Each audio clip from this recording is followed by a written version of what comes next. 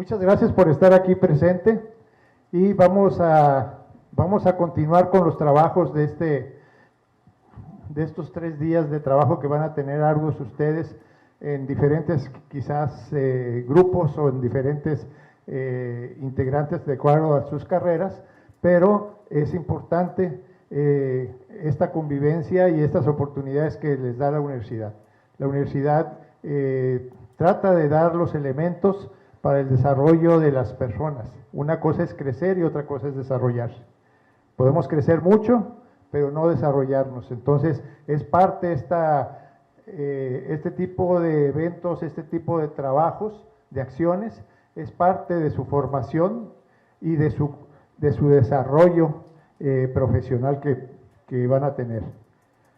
Me toca el tema del papel del contador, de la contaduría en la recuperación económica. Y hemos estado viendo qué estamos haciendo para la recuperación económica, derivada de un bache que tuvimos a través del problema de 2019 con la aparición del COVID, que nos trajo consigo una serie de problemas personales, porque todos sufrimos en nuestras familias, en nuestros amigos, en nuestros parientes, alguna pérdida importante por el COVID, y también las pérdidas que hubo en el trabajo. No había oportunidad de trabajar, no había oportunidad de desarrollar, y se tuvieron que implementar nuevas formas de trabajo, nuevas formas de hacer las cosas, en donde teníamos que con la innovación y con el entusiasmo lograr mantener nuestros niveles de vida.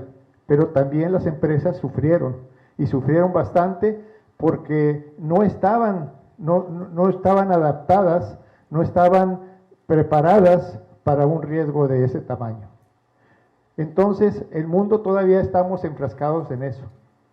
Lejos de que digamos que estamos en plena recuperación y que ya nos encontramos brincando y saltando, estamos teniendo ahorita todavía problemas de empresas que están en cama, empresas que todavía están en crisis, en una crisis económica y que no le ven fin. Y después a una serie de problemas que se evidenciaron que no se habían pronosticado, como fue la falta de encadenamiento de la producción, de entendimiento de la producción contra la distribución. Y entonces los puertos se saturaron, todos los contenedores que había construidos, que había fabricados y que tenían las empresas para mover sus mercancías, se encontraban en los puertos, no había quien los moviera, quien los distribuyera, y entonces no había contenedores nuevos para hacerlo. Y después muchas de las actividades que realizamos en la industria, o que se hacen en la industria, o que se requieren en los productos que consumimos, como son vehículos, como son todos los artículos que llevan chips electrónicos, tuvieron un déficit de que se dejaron de producir para poderlos hacer para la industria médica. Y entonces toda esa tecnología se aplicó a la industria médica, y la otra en las computadoras, en los automóviles, etcétera, no había que ponerles. Entonces, hasta la fecha, si ustedes van a una agencia de vehículo y quieren antes uno decía, no, es que quiero el carro rojo, quiero un carro, por decir algo, Nissan Sentra, color rojo, año 2023. Ahora dicen, ¿qué carro tienes? No, pues tengo un 2022 color gris. Pues dámelo, porque es el único que tienen, o cuáles tienes por llegar en los próximos 3 meses, por la falta de esos implementos tecnológicos. ¿Y qué fue lo que sucedió ahí? Se rompió la cadena de distribución. Y entonces estamos aprendiendo en el mundo de que el englobamiento que traíamos desde hace 30 años, luchando por englobarnos a través de los tratados de libre comercio y de la Organización Mundial de la Organización Mundial del Comercio, esa política o esa visión que se tenía sobre el englobamiento para efectos de una repartición del trabajo entre los países de acuerdo a sus ventajas competitivas, se tuvo una problemática mayor a eso. Y entonces se descubrió ahora que la regionalización es mejor. Y entonces Tijuana, Baja California, se encuentra en un momento en donde no hay centros industriales que permitan, no hay centros industriales que permitan albergar a las empresas que quieren venir a Baja California por la cercanía que se tiene con el mercado de Norteamérica y con California, que California representa solamente California, no el país de los Estados Unidos. California como economía representa el 7º lugar a nivel mundial. Eso quiere decir que si pusiéramos a todos los países y a California, California ocuparía el número 7. Puesto que California pertenece al grupo denominado Estados Unidos de Norteamérica, pues Estados Unidos de Norteamérica es hasta ahora la primera potencia comercial del mundo. Entonces nosotros tenemos una ventaja, tenemos al vecino, y el vecino es el más rico del mundo, el vecino es el que tiene mejor desarrollados sus centros de producción, sus centros de consumo, sus centros de distribución, su tecnología, etcétera. Y entonces nosotros debemos de aprender del vecino, y lo estamos haciendo, pero ahorita les digo, los países como China, como Hong Kong, como es Corea, están tratando de venir a Tijuana o de venir a Baja California, a Mexicali, a Tecate, a donde haya centros industriales para comprar o rentar naves industriales y producir aquí en Baja California, y no está habiendo esa oportunidad. Entonces, es parte del desarrollo. Ya nos había pasado en 1980-85, se dio un boom industrial también, cuando se hablaba de la globalización, y cuando México entra en 1992 a la OMC, o sea, a la Organización Mundial del Comercio, se encuentran un cúmulo de oportunidades para que se desarrollen en México la industria. Entonces, ese es el marco en que nos encontramos. Créanme que estamos en un lugar, estamos en el lugar y en el momento preciso para el desarrollo. Y ustedes están en el momento preciso en que se están desarrollando. Entonces, hay un mundo sonriente para ustedes, hay un mundo de oportunidades que deben de aprovechar. Y esto es parte de la universidad, su preparación, su primaria, su secundaria, su preparatoria y su universidad que tienen ahorita, es parte de su desarrollo. Aprovechenlo. Aprovechenlo porque es el mundo de ustedes. Cada uno de ustedes es un mundo. Cuando aquí se van separados. Son amigos y se juntan a lo mejor los fines de semana y se pueden ir de party el viernes o el sábado, pero llegan a su mundo. Entonces cada uno tiene su mundo, y en ese mundo ahorita ustedes están en confección.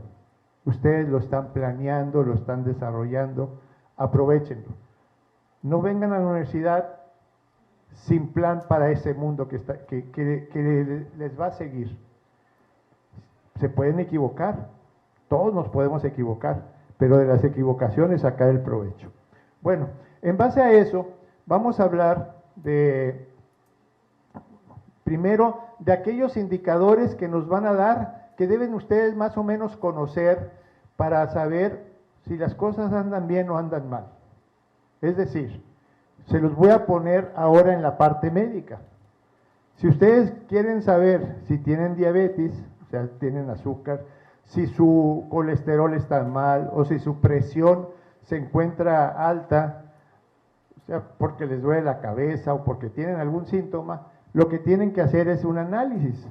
Y cuando van a hacerse un análisis de sangre o de otro tipo de análisis, lo que van ustedes a encontrar es rangos. Y les van a decir, no, pues el colesterol está en 220. ¿Eso es bueno o es malo? Pues quién sabe, ¿no? Pero por ahí, del lado derecho de esa hoja de laboratorio, de esa hoja de análisis, dice, el rango debe de estar menor a 200. Ah, caray, traigo 220. Entonces ya van con el médico y les prescriben medicina, ¿no? Entonces, ya ustedes saben que hay un indicador que se llama colesterol y hay un indicador de que no debe de ser mayor de 200 miligramos de aceite, por decir algo, en su sangre, por milímetro de... Entonces, ahí ya hay ese indicador y ustedes lo tendrán que cuidar pues, en su vida en diferentes etapas. Igual sucede con la glucosa, que es el azúcar, igual sucederá con la presión, que debe de estar en 70 y 110, y de repente alguien maneja 90, 160, pues trae un dolorazo de cabeza, se marea, se cae por ahí, se desmaya, etcétera. Entonces, tienen ciertos síntomas, hacen un análisis, ven su indicador, el indicador dice 70, 110, anda en 160, pues algo anda mal en esta vida, ¿no? Entonces, tendrán que corregir a través de ¿qué? De una medicina o de una aplicación de un corrector de esa situación. Entonces, aquí nosotros vamos a ver como primera situación, como primer indicador, las tasas de inflación. Esto es algo que ustedes están oyendo todos los días últimamente, a lo mejor hace 3, 4 años ni lo escuchaban, y escuchan que hay inflación en el mundo, no nomás en México, y que la inflación anda más o menos en los términos, para el 2021 cerró en 7.36, o sea, 7.36%. ¿Qué me dice eso? Que lo que costaba 100 pesos el año pasado, ahora cuesta 107 pesos con 36 centavos. Eso es lo que me dice. En promedio. No quiere decir que todo lo que costaba 100 pesos, ahora cuesta 107.36. Habrá cosas que cuestan 130 y habrá cosas que cuesten 105 o 104. Si sumamos todos y sacamos un promedio, nos da 7.36. Entonces, esa inflación, bueno, nos pasa como lo mismo del colesterol. Me dijeron que tengo 220, es bueno, es malo. Veo el ladito derecho y me dicen, después de 200, córrele al doctor, ¿no?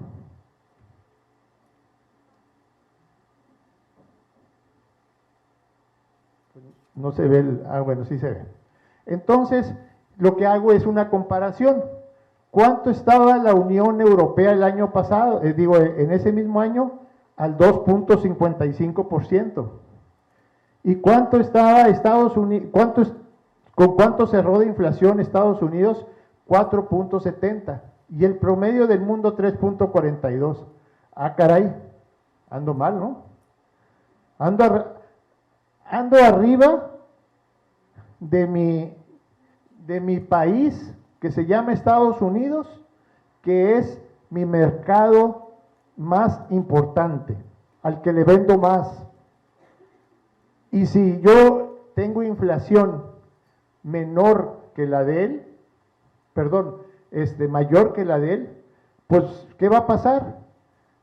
Que si le quiero vender aguacates, me va a comprar, pero si sigue la inflación y sigue la inflación mayor y mayor, va a llegar el momento en que no me va a comprar ya los aguacates. O deja de comer aguacates o busca a ver quién se los vende que no tenga procesos inflacionarios tan fuertes como México, y entonces, y lo mismo me va a pasar con cualquier producto, con televisiones o con lo que le quiera yo vender. Entonces tenemos que tener cuidado con la inflación, porque si no, lo que hace México es, ah caray, si voy a perder el mercado del que le vendo más, pues entonces me devalúo. Y entonces, en lugar de que el tipo de cambio sea 20 por 1, pues le pongo 23 y con los dólares que él tiene, me puede comprar, ahora sí, mi producto inflacionado y me compra más todavía. Entonces, ese es el peligro de tener las diferencias de inflación con el país que más. Lo bueno en el 2023, digo 2022, fue que Estados Unidos también se le disparó la inflación. Al momento que se reactivó su economía y al momento que le inyectaron tanto dinero, le inyectaron a las familias cerca de $2,400 por familia, etcétera, esa gente consumió más y al haber más dinero en el mercado y haber menos producto, se inflacionaron sus productos para ellos. Y entonces, después la gente no quería trabajar y ahora vemos ahí que dice en Carl Jr. un anuncio, por ahí anuncian que el salario que les pagan es de $25 la hora. Entonces, caray, pues me voy para allá, ¿no? $25 la hora, pero la gente no quería trabajar, entonces le tuvieron que subir. Todas esas acciones crearon inflación y la inflación en Estados Unidos también llegó al 8.80% anualizada, mientras que nosotros cerramos el mes pasado con 8.45. Entonces ahí ya más o menos nos emparejamos, pero no nomás hacemos mercado con Estados Unidos, lo hacemos con Canadá y lo hacemos con demasiados países, con Argentina, somos el país en el mundo que tenemos más tratados de libre comercio. O sea, nuestro tratado de libre comercio, México, Estados Unidos y Canadá, es una parte y la más importante del mercado que tenemos, de los tratados internacionales que tenemos. Pero, ¿y en qué consiste el tratado? Pues en que no se van a cobrar impuestos a las mercancías o productos que nosotros damos o que traemos de esos mercados o que les mandamos a esos mercados. Entonces, no se cobran aranceles, se llaman aranceles, a esos impuestos se les llama aranceles o se disminuyen esos aranceles, pero casi siempre la tasa es cero y entonces se pueden intercambiar productos.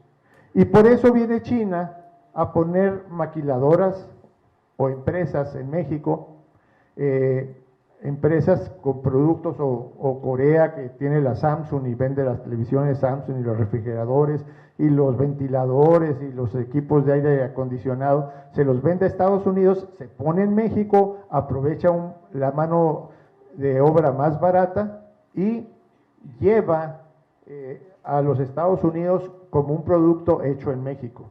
Y al llevarlo como un producto hecho en México, no en Corea, entonces logra la exención del arancel. Entonces ahí tenemos una ventaja competitiva que se dio por el lugar donde estamos. Lo quiero enlazar con la plática de hace ratito, donde veíamos los que estaban en la otra plática, donde se veían los clústeres y se veía las ventajas competitivas. Y esa competitividad que tenemos a través de tener un mejor lugar para desarrollar, ya nos da cierta ventaja. Pero también tenemos que tener la parte del talento que hablábamos de ustedes, la parte humana, que es una parte importante, y tiene que haber tecnología y tiene que haber infraestructura. Y aquí nos estamos quedando con problemas en Baja California. ¿Por qué? Porque no tenemos luz, o sea, no tenemos energía eléctrica, ni tenemos agua suficiente para seguir creciendo, para seguir desarrollándonos.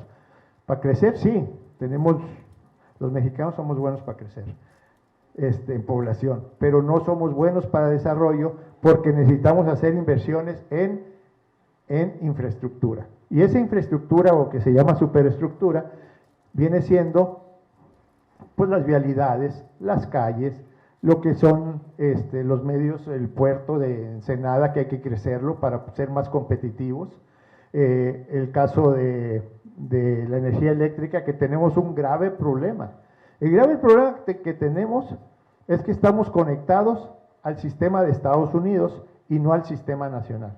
Y dijéramos, bueno, Pues si estoy conectado con el sistema de Estados Unidos, no hay problema, pues tengo toda la energía del mundo, puesto que ellos producen energía en la parte norte, a través de las cascadas y todo, a un buen precio, pero sucede que nada más estamos conectados para emergencias, igual que en agua. O sea, no estamos conectados como un sistema activo, como es en el caso de Sonora hacia abajo, hasta Chiapas, en donde todo está conectado. Y la energía, porque no se puede almacenar, no puedo agarrar yo 10,000 kilowatts y meterlos a un refrigerador o a un almacén, y cuando lo necesite voy y abro la puerta y saco esos 10,000 kilowatts. Entonces la tengo que producir en el momento en que se consume, y ahí tengo un problema. La tengo que producir en el momento que se consume. Y entonces tengo que tener las capacidades instaladas para producir en el momento que me lo demandan. Y lo que trae consigo es que en ese caso, si estoy creciendo mucho industrialmente en ciertas zonas, tengo que estar haciendo plantas de desarrollo de energía, de producción de energía. Y me dicen, bueno, pues las hacemos solares. Pues sí, pero en la noche no hay sol. Las hacemos de viento. Pues no siempre hay viento. Y si hay mucho viento, entonces hay que parar los abanicos, o sea, los equipos eólicos. Y si hay poco viento, pues no ruedan los equipos. Y la energía hay que producirla en el momento en que se va a consumir. Cuando ustedes vean y estén haciendo el diseño de la energía que van a necesitar en la industria donde ustedes trabajan, como administradores, como gerentes, como contadores o como propietarios, van a encontrar que la CFE les va a hacer un contrato y le van a decir, ¿cuál es tu demanda? Y entonces, vamos a decir, van con el OXXO y le dicen, ¿cuál es tu demanda? Y el OXXO dice, no, pues tengo estos refrigeradores, tengo tantas lámparas, estoy 20 horas abiertos al día, mi demanda es de 800 kilowatts. Entonces le dice, bueno, me haces una subestación ahí, yo te mando ahí la energía, tú ahí la replicas y la mandas para acá. O sea, es como un transformador particular. Y así le dice a las fábricas, me pones una planta de 10 kVA, de 15, de 20, y yo te la voy a estar mandando ahí, tus 800 o tus 8,000 kilowatts que me estás demandando. Lo que sucede es que porque tampoco la empresa la puede almacenar, si no la demanda, o sea, si no la consume, se la cobran. Porque la CFE no tiene la culpa de que no, la CFE la tiene energizada en los cables, la tiene para las casas, la tiene energizada. Si ustedes no prenden las luces o la televisión en su casa, de todos modos tiene un costo, porque ahí está la energía. Si ustedes llegan y nomás prenden el switch, ya prendió la luz, pero es porque la CFE está produciendo en ese momento esa energía.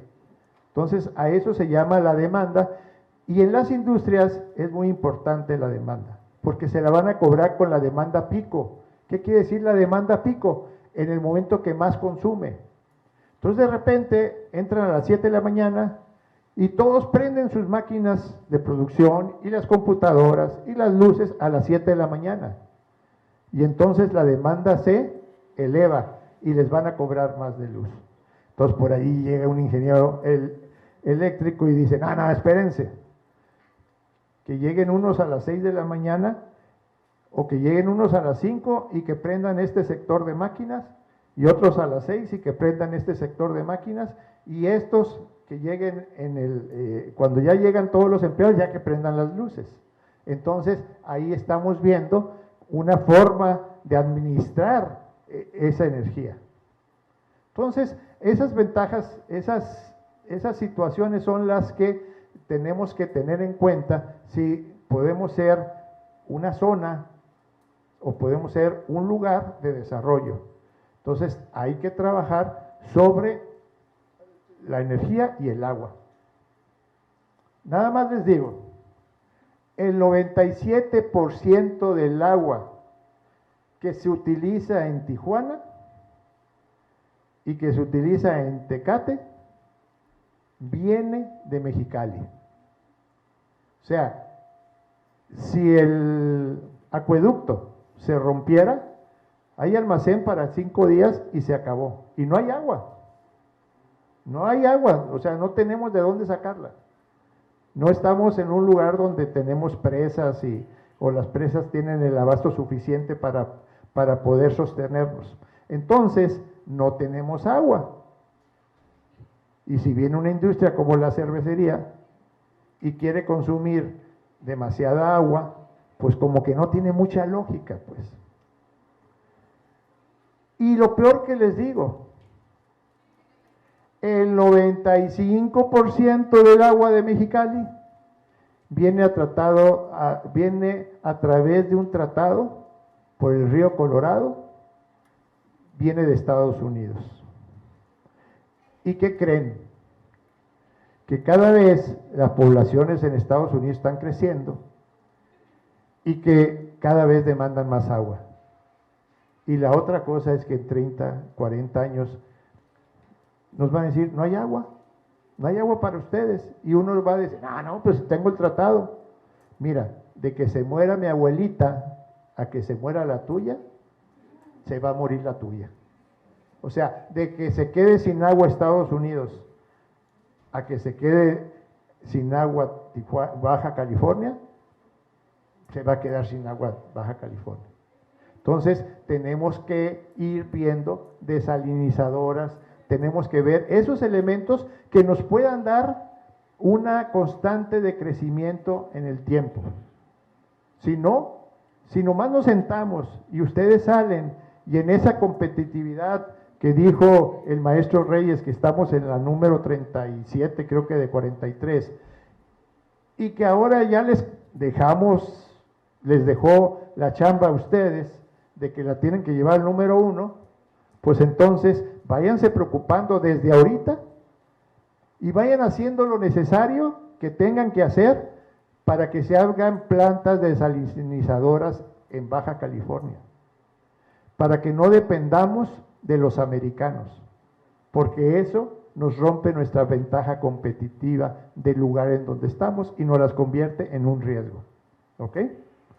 Bueno, entonces, este indicador de inflación, ustedes van a ver que del 2010 al 2021 tenemos diferentes inflaciones: 4.16, 3.41, 4.11, 3.11, 4.2, 2.72, 2.82, 6.04, 4.90, 3.64, 5.69, 7.36 y el mes de octubre cerró en 8.40.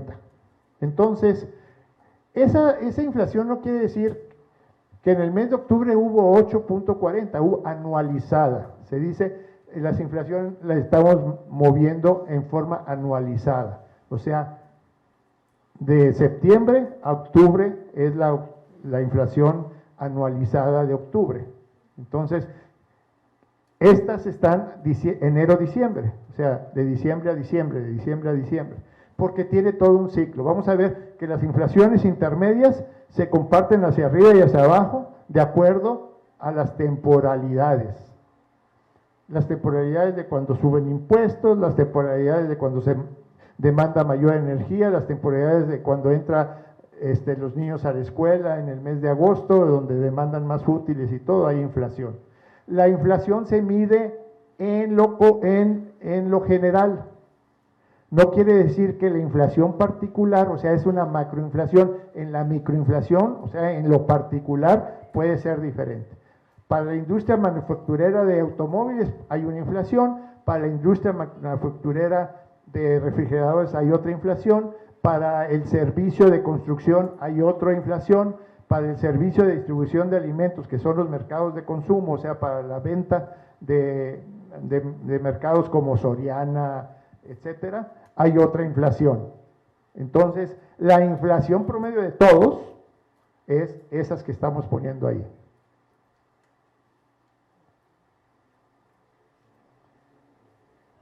Ahí vamos a tener el comportamiento de la devaluación. No nos hemos tenido que devaluar. ¿Por qué? Porque a los Estados Unidos se les ocurrió también tener inflación, eso nos ayudó.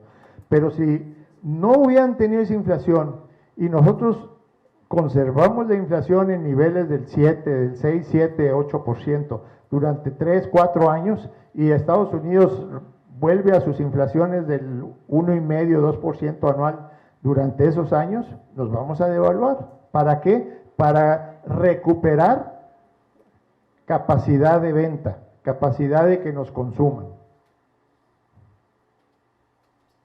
Ahí vemos las diferentes monedas, el sol peruano, el real brasileño, el peso mexicano, y entonces aquí vemos en la parte verde el real brasileño. Y vean ustedes cómo ha ido incrementando su valor, estuvo incrementando su valor, pero va a la baja, y aquí tenemos el peso argentino, vean ustedes la devaluación que traen, la trae arriba del 15%. Arriba del 15% se ha tenido que devaluar. La inflación hoy por hoy de Argentina es del 280% en un mes, digo en un año. Eso quiere decir que si ustedes pagaran una renta de 10,000 pesos el año pasado, ahora tendrían que pagar 28,000 pesos de renta.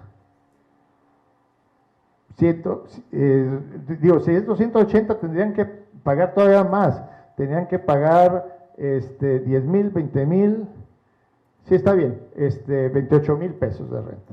Entonces van a pagar ustedes 28,000 pesos de renta de un año a otro. ¿Qué tiene que pasar? Se tienen que inflacionar los sueldos, indexar se llama, se tienen que indexar los otros productos porque todo el mundo paga rentas, lo mismo pasa con la gasolina, lo mismo pasa con la luz, lo mismo pasa con todo. Entonces, el tener un periodo de inflación es un problema porque se retroalimenta entre ella misma.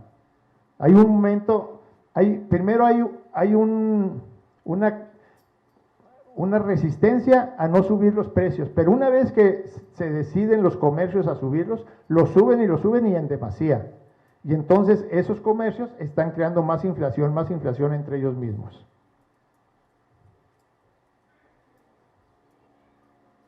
Aquí tenemos cómo está el mundo, y entonces encontramos toda esta zona, al igual que África en la parte norte, al igual que Europa, aquí está Europa, y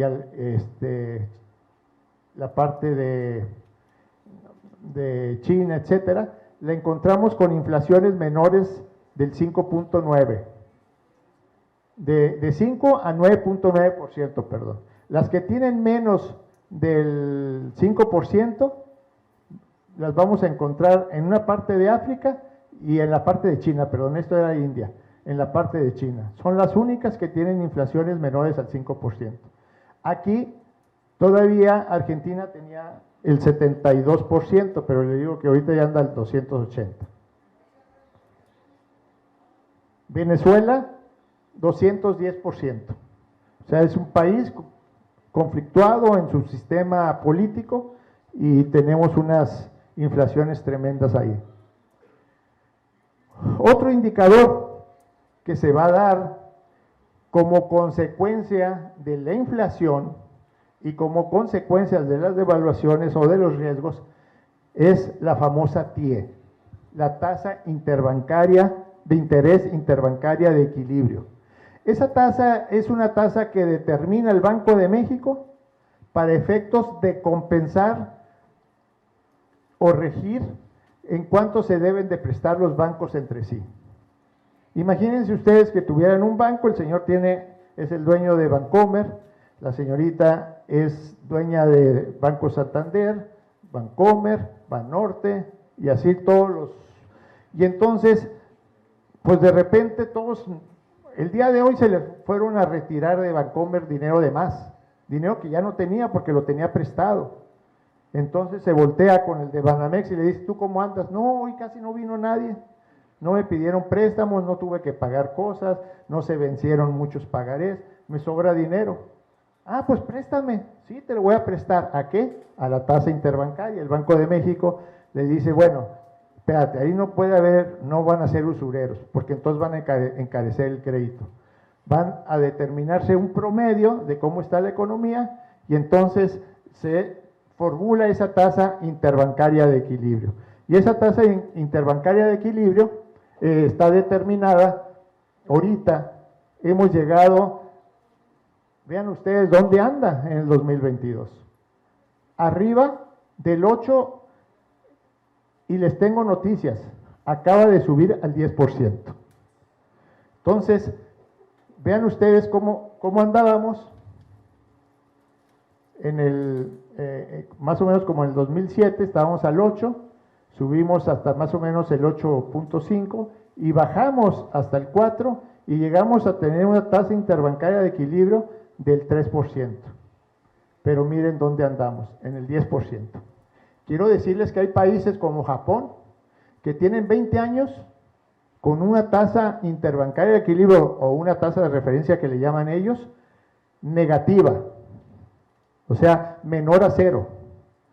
En donde yo agarro y le llevo mis $100,000 que tengo, que no los quiero tener en la casa para que me los roben, y le digo, señorita japonesa, ¿en cuánto me recibe en su banco el dinero?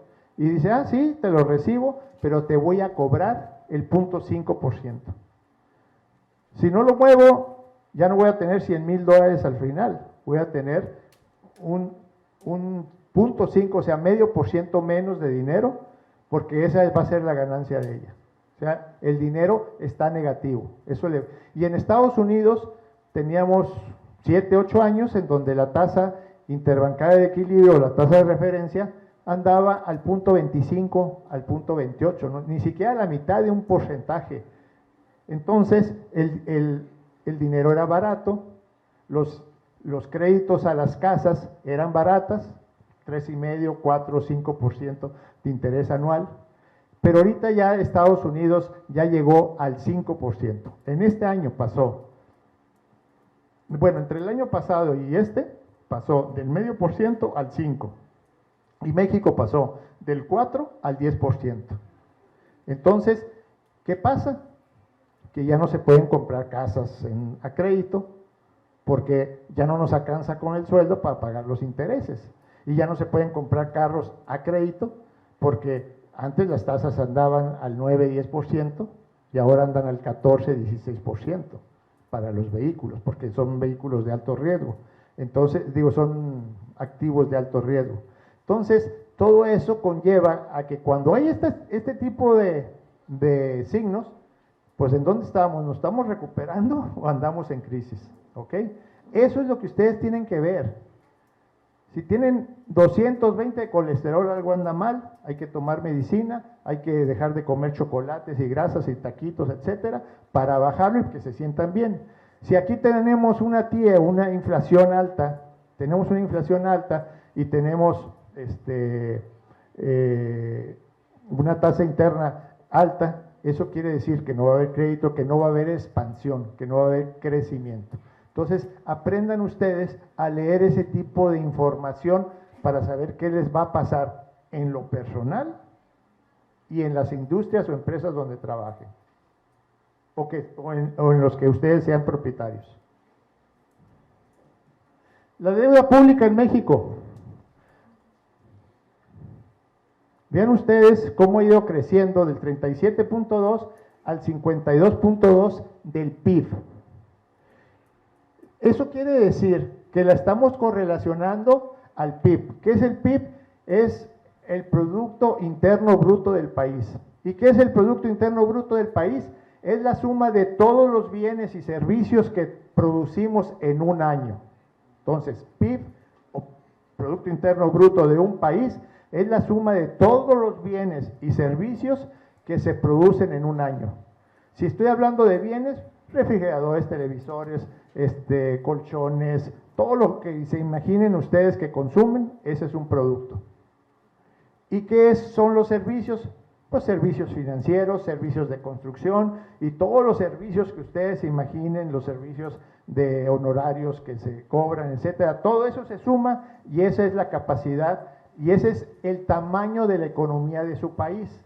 Entonces, ¿qué está pasando? Que nos estamos endeudando cada vez más en relación a lo que producimos, en relación a nuestra capacidad de pago. Entonces, ¿qué va a pasar? Que al rato nos van a prestar más caro. Se habla que en este sexenio no se ha endeudado. Nos hemos endeudado y tenemos récord de endeudamiento. Este año, 2023, este año que viene, van a ser 1.500 millones de pesos la deuda pública que va a crecer. O sea, nos vamos a endeudar con 1.500 millones de pesos todos los mexicanos para poder sacar adelante la educación, la seguridad, el apoyo de los viejitos, el apoyo de las despensas, el aeropuerto, el tren Maya, etcétera. No lo vamos a hacer con dinero propio, no vivimos con dinero propio, no producimos el dinero en México para vivir. Hagan de cuenta que ustedes ganaran 10,000 pesos, están casados y tienen 10 hijos. Y su gasto mensual, o su gasto anual, perdón, son de 300,000 pesos. Y lo que ganan entre los dos, entre el marido y mujer, son 200,000. Pues van a tener que pedir 100,000 pesos prestados. Y al otro año les va a pasar peor, porque entonces ahora hay que pagar los intereses de esos 200,000 pesos también. Entonces de esos 100,000 pesos. Entonces van a tener que pedir, ahora no 100,000, van a pedir 120,000 y van a seguir debiendo los 100,000. Entonces ya deben 220,000. Y allí se va creciendo, y así está México, ¿no? Incremento del PIB, o sea, ¿cómo crece la economía? Vamos a encontrar aquí que decrecimos en el 2019 y decrecimos en el 2019 poquito, que fue cuando apareció el COVID, y el 2020 nos fuimos al suelo. Tuvimos un decrecimiento del 9%. O sea, si producíamos 1,000, ahora producimos 900. Si producíamos 1,000, ahora nomás producimos 910 de productos, de Producto Interno Bruto. Entonces, decrecimos. Entonces, de repente salen, ¡ay, crecimos el 2% en el 2023! Pues sí, digo, en el 2022, 21. Pues sí, crecimos el 2%, pero decrecimos el 9%. Y aparte ese 2%, no es sobre el valor 2020, es sobre el valor, no es sobre el valor 19, que fue cuando todavía teníamos crecimiento, sino sobre el valor cuando perdimos. Entonces, para que recuperemos la capacidad de economía que teníamos en el 2018, van a pasar al ritmo que vamos, mínimo 7 años. Mínimo 7 años para que estemos como estábamos. Pero el mundo va a estar, algún mundo va a estar mejor que nosotros, mejor de como estábamos. Entonces, ahí tenemos un problema de crecimiento.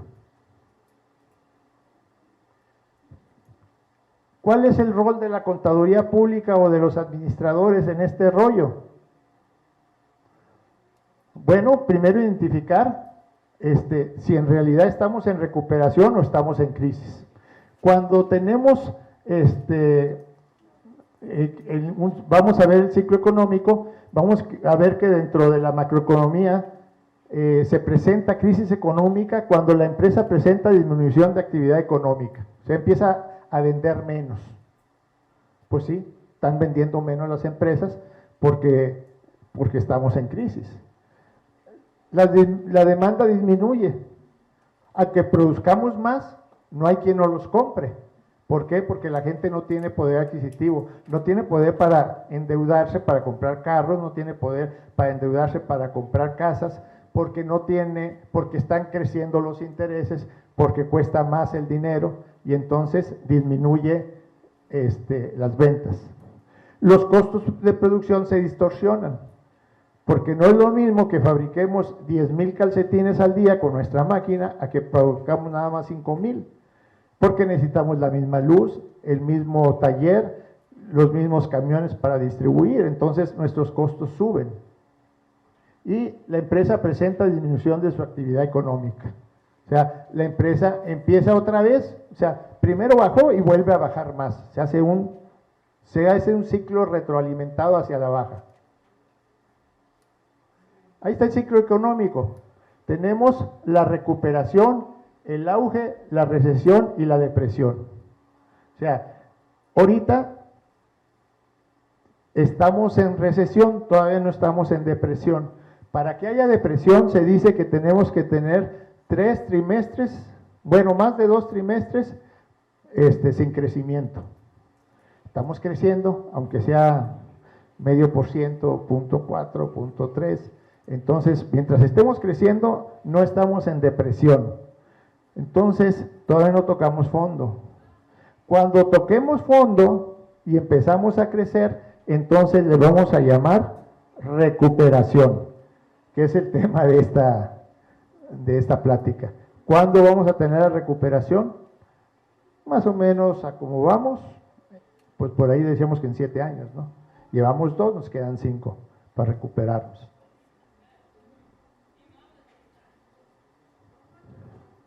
Después de que logremos la recuperación, que es el momento que la economía empieza a crecer, va a haber un proceso que se llama auge, momento donde la economía tiene su mayor crecimiento y se encuentra recuperada. Es cuando ya estamos fuertes.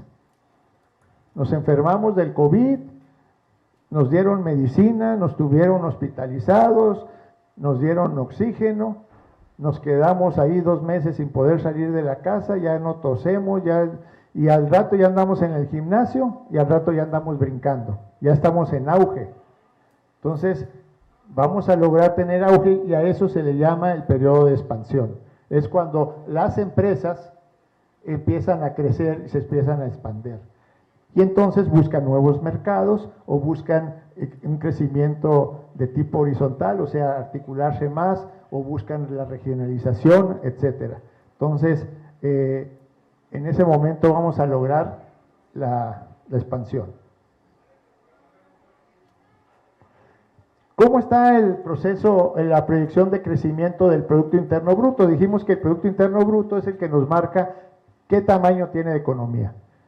O sea, si yo, en el ejemplo que pusimos, que entre los dos, esposo y esposa, ganaban 200,000 pesos al año, o sea, más o menos un promedio de 18,000 pesos entre los dos mensuales, esos 200,000 pesos sería el Producto Interno Bruto de esa familia, de ese hogar.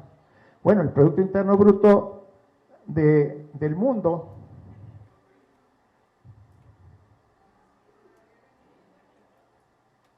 el Producto Interno del mundo se espera un crecimiento en el 2021 del 6.1, del 3.6 en 2022 y del 3.6 en el 2023, es lo que se espera.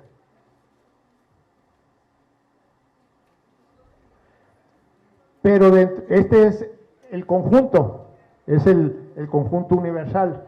El subconjunto, las economías avanzadas crecerán en el 2023 al 2.4 y las economías de mercados emergentes el 4.4. O sea, las economías de mercados emergentes son las en donde estamos nosotros, se espera que crezca un 4.4 en promedio. Nosotros traemos una predicción de crecimiento del 2.7, 2.6. ¿Dónde andamos? ¿De qué tamaño somos? Aquí está desde el 2017, 2019, 2021 y 2022. Van a ver cuál es el Producto Interno Bruto en miles de millones de dólares. Y dice que México está en el lugar número 16, permanentemente desde el 2017 hasta el 2022, ¿verdad? Y nuestro Producto Interno Bruto son 1,283,000, o sea, 1,283 millones de dólares. Ah, qué padre, somos la economía número 16. Pero sucede que Estados Unidos, que es la economía 1, mientras que nosotros tenemos 1,200, ellos tienen 23,000. O sea, son 22 veces mayores que nosotros. Y es la economía número 1. La segunda economía es China, y ellos tienen 17,000. Pero miren, en 2017 les faltaban 7,300 para alcanzarlos. Aquí ya nada más les faltan 6,000 millones. Le están acortando la brecha a Estados Unidos año con año. China hace 20 años, 25 años, estaba en el lugar 20. Y la segunda economía del mundo era Japón. Ahorita Japón es la economía número 3 del mundo. La India viene después del Japón, pero aquí tiene un problema. Aquí hay 1,400, casi 1,500 millones de habitantes, mientras que en China hay 1,250, en Estados Unidos hay 350 y en México hay 118 millones. Entonces también se puede dividir eso entre la población y sacar el ingreso per cápita o el PIB per cápita anual y marcaría otros rangos. ¿Ok? Esos son los indicadores económicos que yo les sugiero que conozcan y que entonces puedan decir, ¿a dónde me voy? Me voy o qué empresas me conviene fomentar.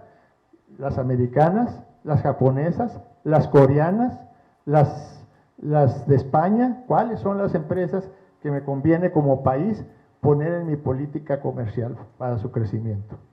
Y eso ahí nos los va a marcar.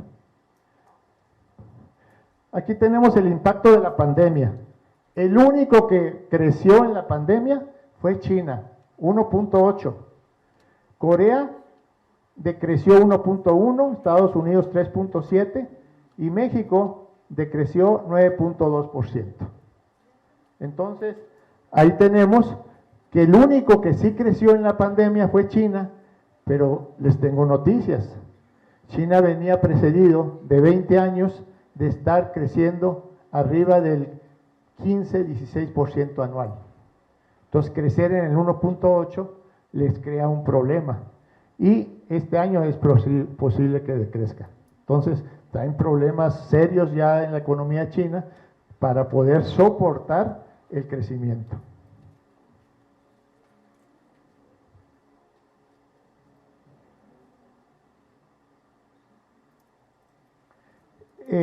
Las economías, como les decía, están globalizadas y en esa globalización se marcan 3 organismos internacionales para marcar el ritmo de la economía. Esto es decir, que hay 3 organismos que nos están rigiendo en el mundo para poder marcar cómo nos podemos entrelazar entre unos con otros. Y es el Fondo Monetario Internacional, que maneja todos los intercambios y todo de monedas, tipos de cambio, etcétera. La Organización Mundial del Comercio, la OMC, y el Banco Mundial. Entonces, esas 3 instituciones son los instrumentos que tiene el mundo para ponerles reglas a el intercambio comercial de servicios, etcétera, en el mundo.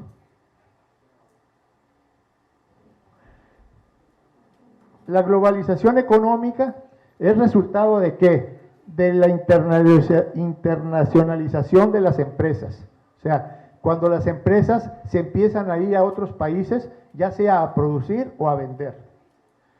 Cuando Bimbo o Cemex, por decir algo, cuando Cemex decidió irse a otros países a producir, entonces logra meterse en la internacionalización de la empresa. Y tenemos que Cemex está en 112 países del mundo. Entonces ustedes van a Francia y de repente ven una olla de cemento ahí, de esas que le llaman trompos, que son revolvedoras. Esos trompos lo ven ahí en Francia y dice Cemex. y trae el color casualmente ahí azul y rojo, porque así es, azul, rojo y blanco, que son los colores de Francia, los trae ahí, pero también lo pueden ver en España y lo pueden ver aquí en San Diego, también esos trompos de Cemex, o sea, esas revolvedoras, los pueden ver en Estados Unidos y lo pueden ver en 112 países del mundo. Y también a Pan Bimbo dijo, no, pues yo con mi osito yo puedo ir a todos lados, ¿no? Y entonces el osito Bimbo también está en 86 países del mundo. Y entonces el gansito y los chocorroles, etcétera, ahí andan en el mundo paseándose, vendiéndose y son parte de la internacionalización de los países. Después, de los mercados de productos y factores de producción. Ahí en los factores de producción es ver las ventajas competitivas de los diferentes países. Si yo voy a producir cerveza, pues me voy a ir a donde hay más agua o a donde hay menos restricciones desde el punto de vista gubernamental, donde hay la energía, donde hay las carreteras para poderlo transportar, etcétera. Quiero decirles que nos hemos convertido, por alguna mala política, nos hemos convertido ya en la tercera potencia en fabricación de cervezas en el mundo. Entonces, cuando hace 20 años exportábamos 100, 200 millones de dólares, ahora exportamos más de 5.500 millones de dólares anuales de cerveza. Y no tenemos agua. Las economías de los países participantes de la llamada aldea global y las fronteras parecen haberse desvanecido. O sea, las economías de los países participantes en la llamada aldea global son los famosos clústeres, pero los internacionales, sí.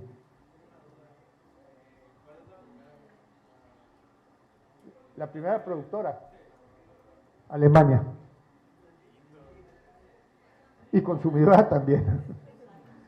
Las fronteras parecen haberse desvanecido, o sea, si ustedes van a Europa, hay un sistema ahí en donde todos los que están en los países europeos tienen la famosa Unión Europea y entonces ya no tienen que presentar pasaporte para ir un español a Francia, ni el francés a España, ni a Portugal, ni a ninguno de los países que estén de los países europeos, ya no tienen necesidad ni de pasaporte, ni de visas para trabajar, etcétera, porque entre ellos ya hicieron una comunidad. Entonces, ahorita nosotros tenemos una comunidad entre Canadá, Estados Unidos y México, pero nada más para productos, no para personas, no para el mercado de humano, pero allá lo tienen para todo. Entonces, se está haciendo las aldeas globales. Y así estamos repartidos en el mundo en desarrollo. Vemos que los países mayor desarrollados, tenemos aquí Estados Unidos y Alaska, que acuérdense que Alaska es Estados Unidos. Entonces, Estados Unidos, y después tenemos esta parte de China, y es la parte más desarrollada. Después sigue la parte de Canadá, México, y por acá tenemos toda la parte europea del norte, la parte de la India, Australia, etcétera. Entonces, así estamos distribuidos en el mundo en cuestión del crecimiento económico de sus capacidades de mercado en el mundo. ¿Qué necesita hacer el contador público? Pues reinventarse, adaptarse, conocer, el administrador igual también, conocer estos tipos de indicadores y conocer las ventajas y de cualquier crisis o de cualquier factor que le esté afectando, sacar lo mejor de eso para poderse adaptar y aprovechar esas oportunidades. Somos oportunidades. Recuerden que el humano, ustedes, son oportunidades. Cuando tengan hijos, sus ventajas competitivas de sus hijos van a ser la educación, la infraestructura que le den de desarrollo. Esas van a ser las ventajas competitivas que van a tener. Entonces, a eso se le llaman oportunidades. Entonces, el mercado de oportunidades, si ustedes no llevan a vacunar a sus hijos, si no le dan buena alimentación, aunque le den un carro Ferrari para que vengan al CUT a estudiar y a presumir, lo que va a suceder es que si no los alimentaron, pues a lo mejor a los 30 años, 32 años tienen unos problemas de deficiencia y se mueren. Entonces, ¿por qué? Porque no les dieron esas seguridades y esas oportunidades para vivir más. Entonces hay que pensar integral no solamente en uno, sino también en su familia, ¿no?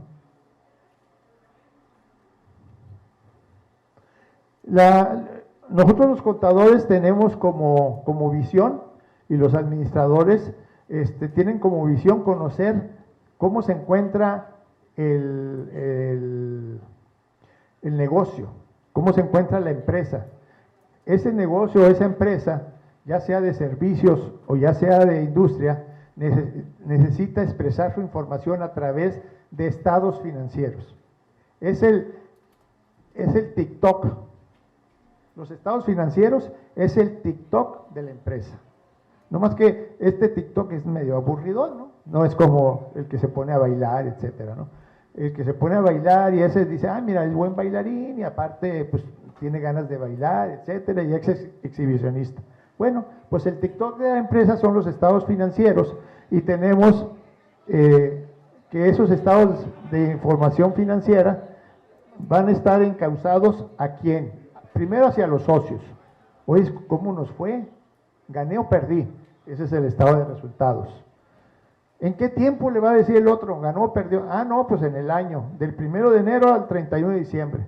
¿Ok? En el 1 de enero al 31 de diciembre, mire, usted vendió 100 pesos. Bueno, 100 millones de pesos. Su costo de venta, o sea, el costo de los pantalones, de toda la ropa que compró para vender, fueron 60 millones.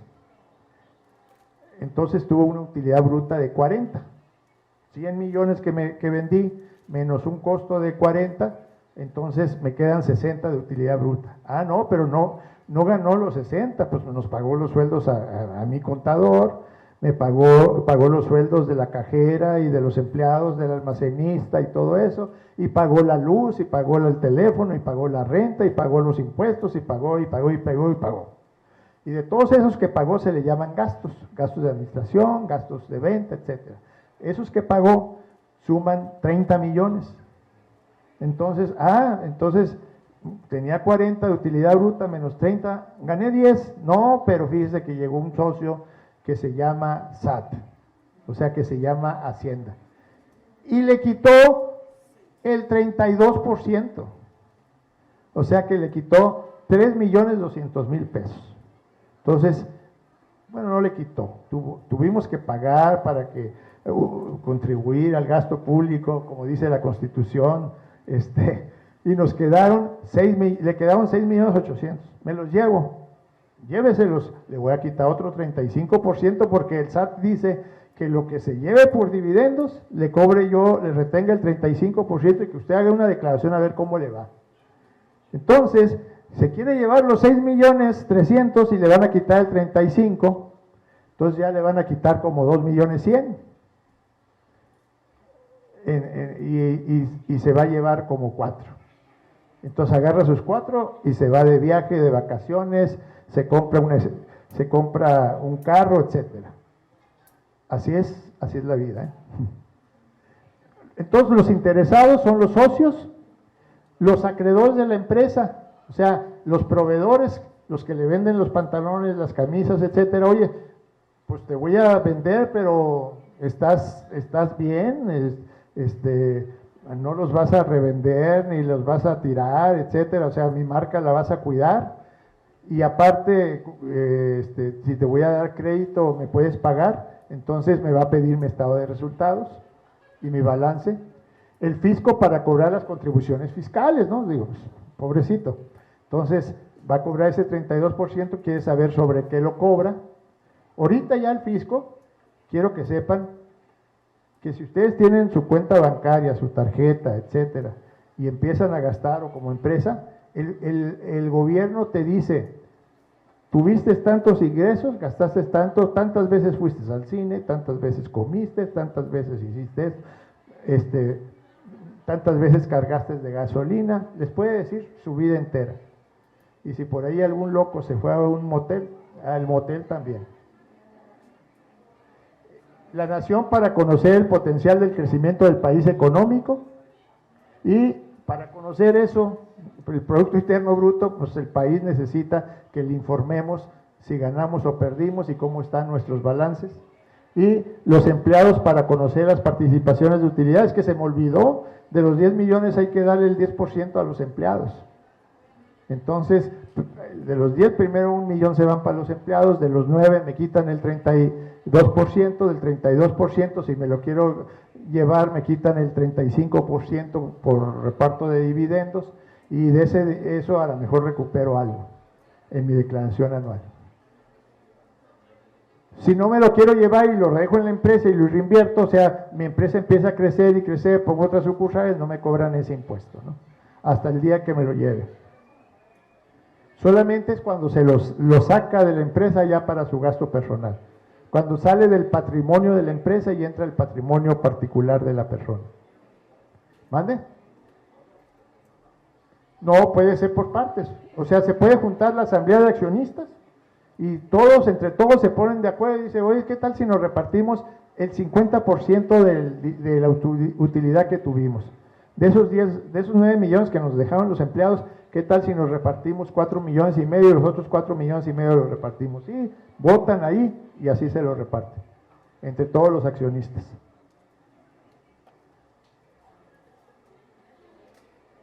¿Cuáles son los TikToks que existen en la contabilidad?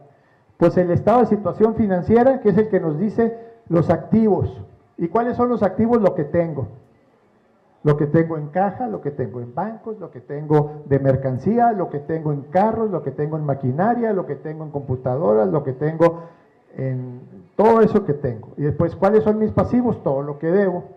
Le debo a los proveedores, le debo a la luz, le debo a los impuestos y le debo a la suegra. Todo eso es. Y la diferencia entre lo que tengo y lo que debo es el capital. Entonces, activos, pasivos y capital forman mi estado de situación financiera y siempre se presentan en una fecha determinada. Ese no es como el estado de resultados que le dije hace ratito, que era del 1 de enero al 31 de diciembre, o del 1 de enero al 31 de enero, o del 1 de enero al 28 de febrero, el periodo que quieran. Ustedes ponen el periodo. Ese periodo es por periodo, entonces es como una película. Es como una película el estado de resultados.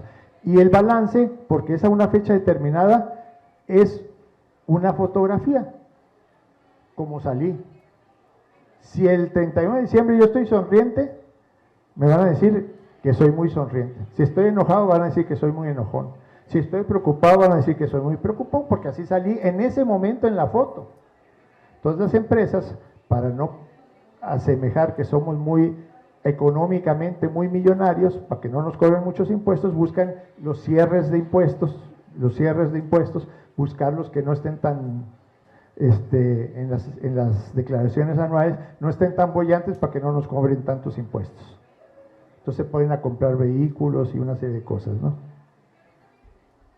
Sistema de cuentas, nosotros todo lo registramos a través de cuentas. ¿Cómo andamos con el tiempo? Pero dentro de eso está preguntas y respuestas. Entonces, ok.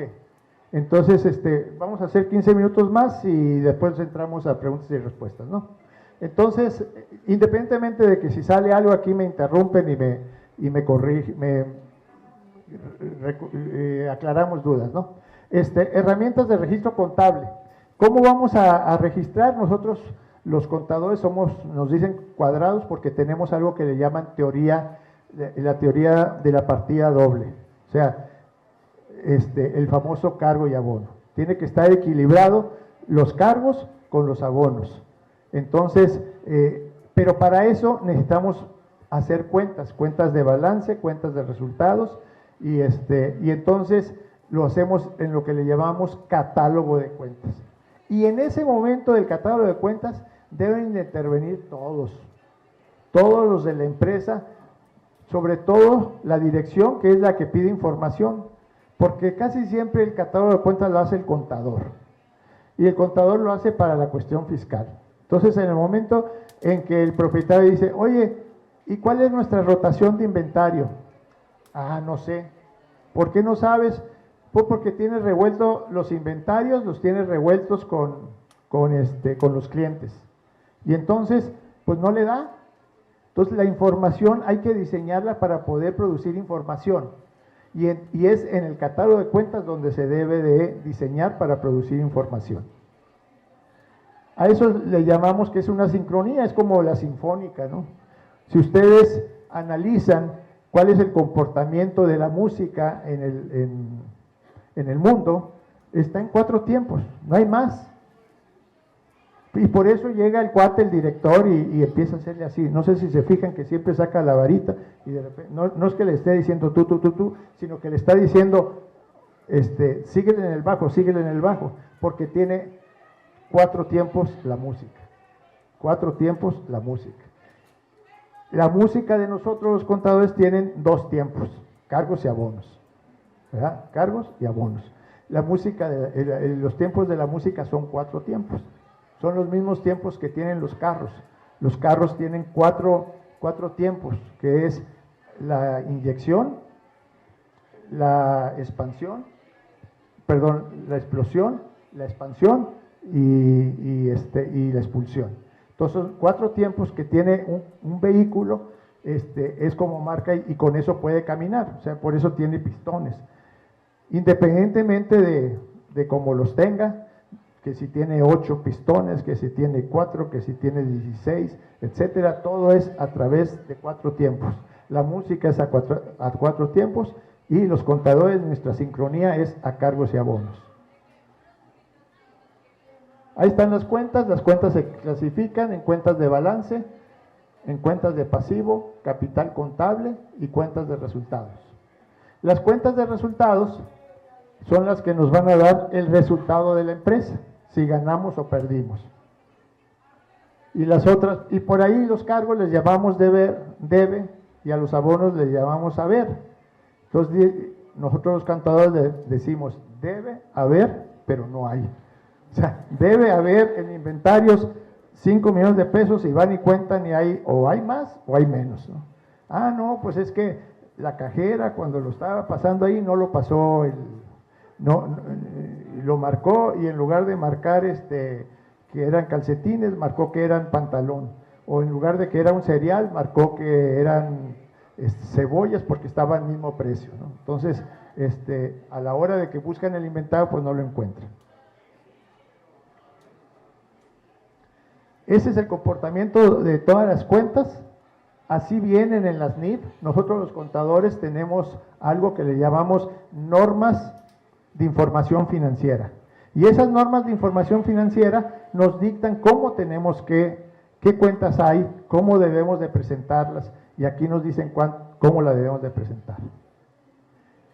La diferencia que hay entre un gasto y una capitalización de una inversión es en el periodo de tiempo en que se gasta. Les voy a poner un ejemplo. ¿Dónde debo de meter un vehículo si lo compro hoy? ¿Lo debo de meter al activo o lo debo de mandar al gasto?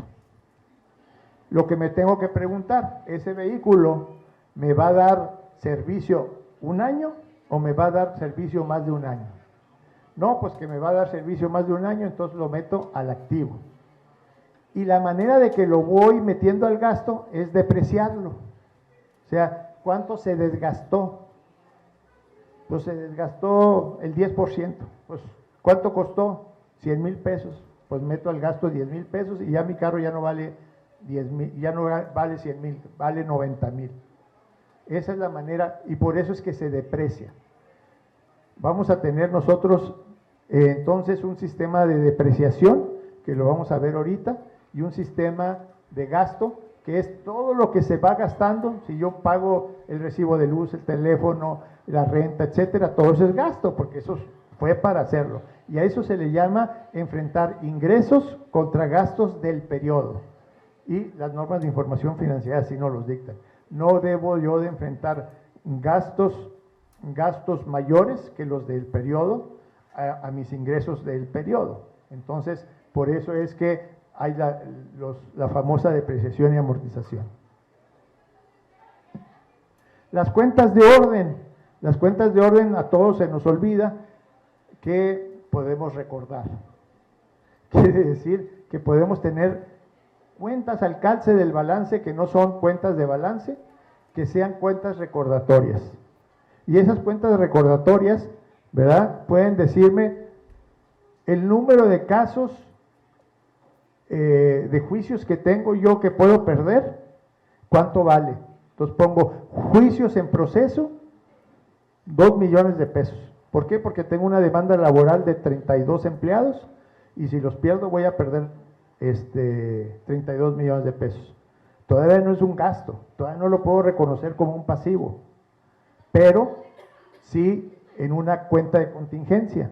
Entonces lo tengo que reflejar en mi balance y decirle, bueno, mira, esto que ves tan bonito no es tan bonito porque tengo una demanda que puedo perder y que vale 2 millones de pesos.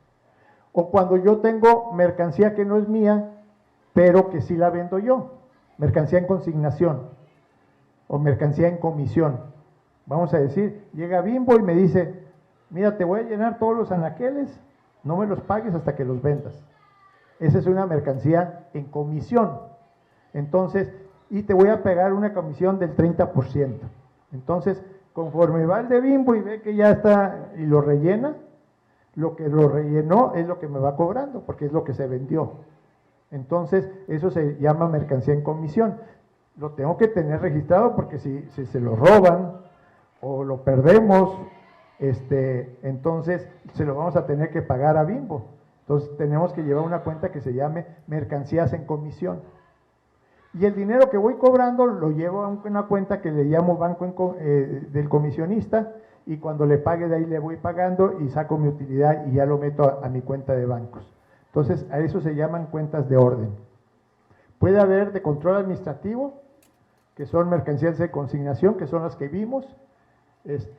Puede haber de registro, que son depreciaciones fiscales, y cuentas contingentes, que son los juicios, ¿no? Avales, derivados, financieros, Cuando ustedes agarran y le dan la firma a su amiga para que saque un crédito de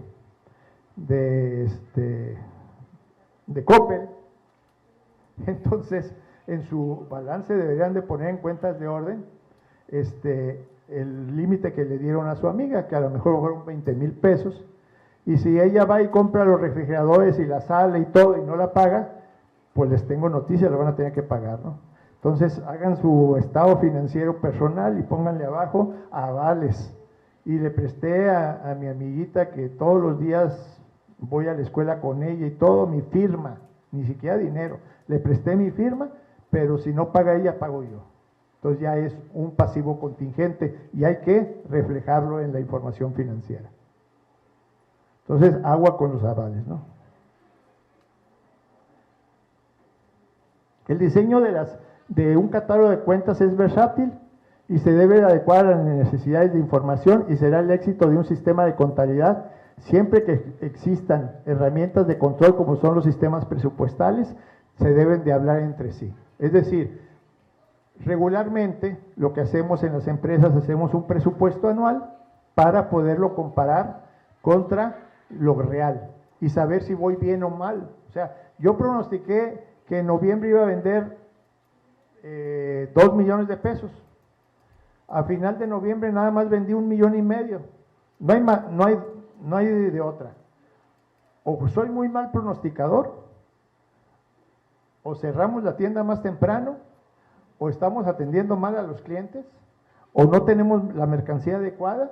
Algo nos está pasando, ¿no? Pero si no hiciéramos presupuestos, si no comparamos lo real contra lo presupuestado, no nos vamos a dar cuenta y entonces no vamos a corregir los errores.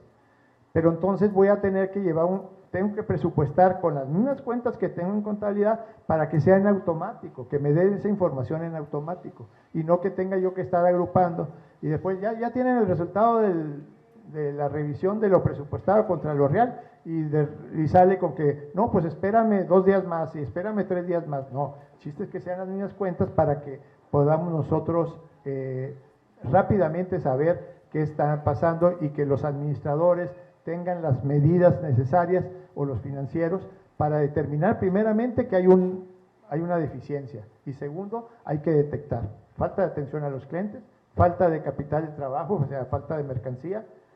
Mercancía, sí hay mercancía, pero la mercancía no está adecuada. ¿Cómo la puedo determinar? Pues con la rotación de inventarios. Si todas las empresas que venden ropa tienen 4 rotaciones al año, por primavera, verano, otoño, etcétera, y mi empresa nada más tiene 1 o 2, quiere decir que yo tengo mercancía en el verano, yo tengo mercancía del invierno vendiendo, y a ver cuándo voy a vender una cobija, cuándo voy a vender una chamarra, y está haciendo un calor de 32 grados, ¿no? Entonces, la rotación de inventarios me va a decir, oye, aquí hay un problema, tienes mercancía vieja ahí guardada, entonces tienes que, pues, ofertarla, ¿no? No digo perderle, pero véndela al costo o un poquito arriba del costo, véndela, pero para que compres ropa adecuada y puedas vender más de lo otro, ¿no? Entonces eso se llama el poder responder a esos sistemas presupuestales. En este sistema de ver qué hacemos, y más en los tiempos de inflación como ahorita, y de posible entrada a una recesión, tenemos que cuidar los estados financieros que saquemos de los resultados, que estén razonablemente que demuestren la economía actual. Entonces, nosotros tenemos 5 métodos de evaluación. Uno de ellos es PEPS, primeras entradas, primeras salidas. Otros webs, últimas entradas, primeras salidas. Otros costos promedio, otros costos identificado y otros costo detallista. Los más usados, PEPS y webs, lo que nos están diciendo es que el costo de lo último que entró es el primero que registro. Vamos a decir, yo tengo 10 pantalones. De esos 10 pantalones, 2 los compré hace 5 meses, 3 los compré hace 4 meses, 2 los compré hace 3 meses y los últimos 3 los compré la semana pasada. Los primeros que compré me costaban 350 pesos de costo y los últimos ya me costaron 480. Si yo pongo 480 pesos por los que estoy vendiendo, entonces, y me acabo primero los 3, vendí 6, me acabo los primeros, los que acababa de comprar y después los que casi acababa de comprar, mis costos van a estar actualizados, van a estar a costo de reposición y mi utilidad bruta o mi utilidad a repartir va a ser menor. Entonces, esa es una manera conservadora. El contador registra, el administrador le dice, no, espérame, vamos a costear a webs, porque necesito costo de reposición. No quiero que vayan a repartir o que vayamos a pagar impuestos con costos atrasados y después no tengamos el dinero suficiente para comprar inventarios. Fíjense lo importante que es el definir, según el periodo en que estemos, el método de costeo que vamos a utilizar. ¿Ok? Eso es lo importante. Y para eso sirve. Porque el contador o la contadora agarra y pues para mí me costos promedios y divido todos los pantalones de lo que me costó y así lo meto. Y al rato tiene que pagar tantos impuestos, pagan tantos impuestos, se distribuyen la utilidad, ahora hay que comprar pantalones, no, pues ya nomás compra 7 porque ya no nos alcanza para reponer los 10, y entonces ven los anaqueles vacíos, ven que las tiendas o los almacenes empiezan a bajar por una falta de toma de decisiones oportuna, ¿ok? Igual va a pasar con el PEPS, sí.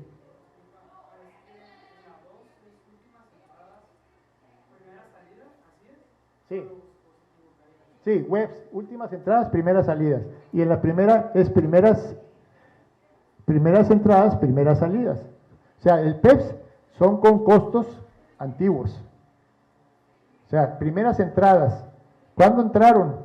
Pues los pantalones más viejitos que compré, los compré hace 4 meses. Voy a agarrar el costo de lo que me costaron los primeros que compré. Y las de últimas entradas voy a comprar el costo de los últimos, uno de los primeros que compré, y con el PEPS digo, con el web, es de los que acabo de comprar.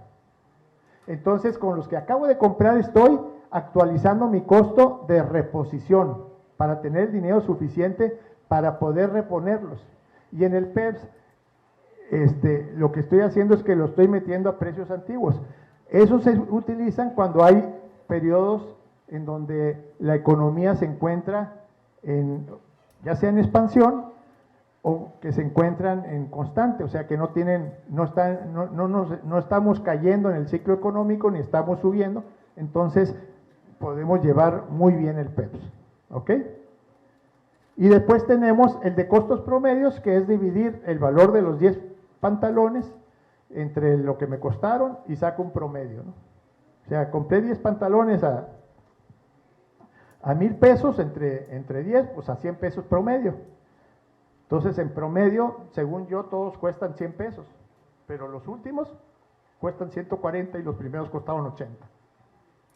Entonces, son los métodos en que puedo registrar. Los métodos de depreciación también tienen que ver con esto. Los métodos de depreciación es la manera de reconocer aquellos activos cuánto se desgastan. Pero lo puedo hacer en línea recta, que es dividir el valor del carro o de la máquina. Vamos a decir una máquina que hace calcetines. Hace 1,000,000 de calcetines y me costó 1,000,000 de pesos. Divido 1,000,000 entre 1,000,000, me da 1 peso. Cada vez que yo haga un par de calcetines, la máquina se depreció en 1 peso. Entonces, el contador le dice, ¿cuántos calcetines hiciste al final del mes? Hice 100,000. Cargo a gastos, depreciación, 100,000 pesos con abono, abono a la máquina con cargo al gasto, 100,000 pesos. ¿Por qué? Porque tengo una depreciación, es una depreciación por producción, por capacidad de producción. Igual lo puedo hacer con un camión, con una máquina de ingeniería.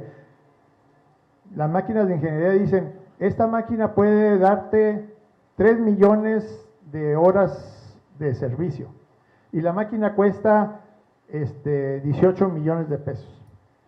Quiere decir que cada vez que yo prenda la máquina y la esté utilizando, una retroexcavadora, un tractor, lo que sea, me está costando 6 pesos la hora. ¿Cuántas horas produje? Ese es el costo.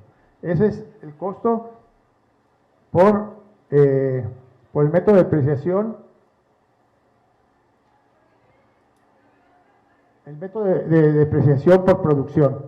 Y tengo el método en forma lineal, que es dividir el valor de la mercancía por la vida útil, o sea, por los años.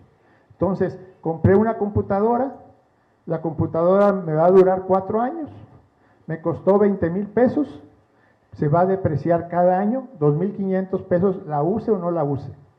Entonces, ahí esa es la depreciación en línea recta. Tengo la de método de producción que ya la vimos y la de años dígitos o depreciación acelerada, que es que aquellos equipos que se deprecian más en los primeros años, los deprecio más en esos años. Y en los años que menos se deprecian, los deprecio menos. Entonces, les pongo un porcentaje. En lugar de que todo sea, si es una máquina que dura 10 años, sería el 10% en forma lineal, yo lo que hago es que el primer año le pongo el 20%, el segundo año le pongo el 15%, el tercer año el 13% y los últimos el 2%, el 3%, porque se van depreciando menos. Ese es en años dígitos o depreciación acelerada.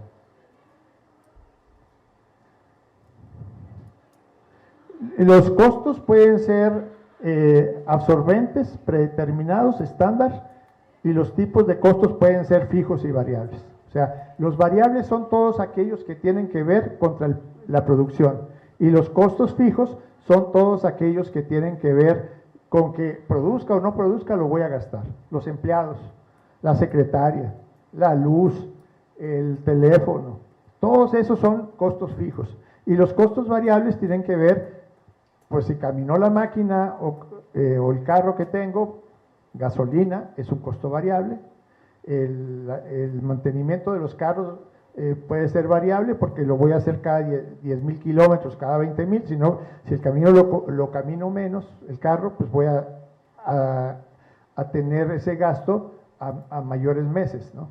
Entonces, esos son los tipos de costos. Todas esas determinaciones lo tengo que llevar en la empresa para poder tomar decisiones.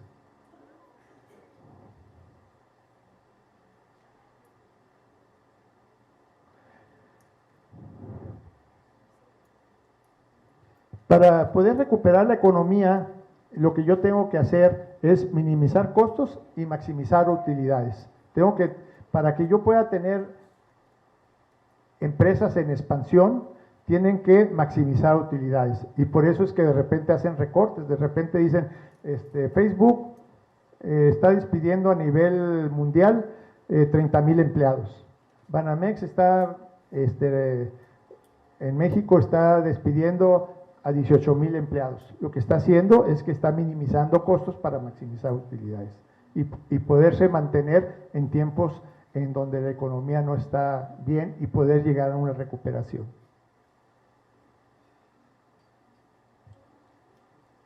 Bueno, básicamente esto es lo que les he estado platicando y esta plática está hecha como para contadores, por lo tanto dice, si un contador sin ojeras es como un cielo sin estrellas.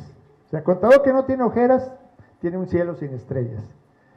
Y lo otro, que un contador no es celoso, porque sabe que él o la ex no es de importancia, solo es un error de ejercicios anteriores.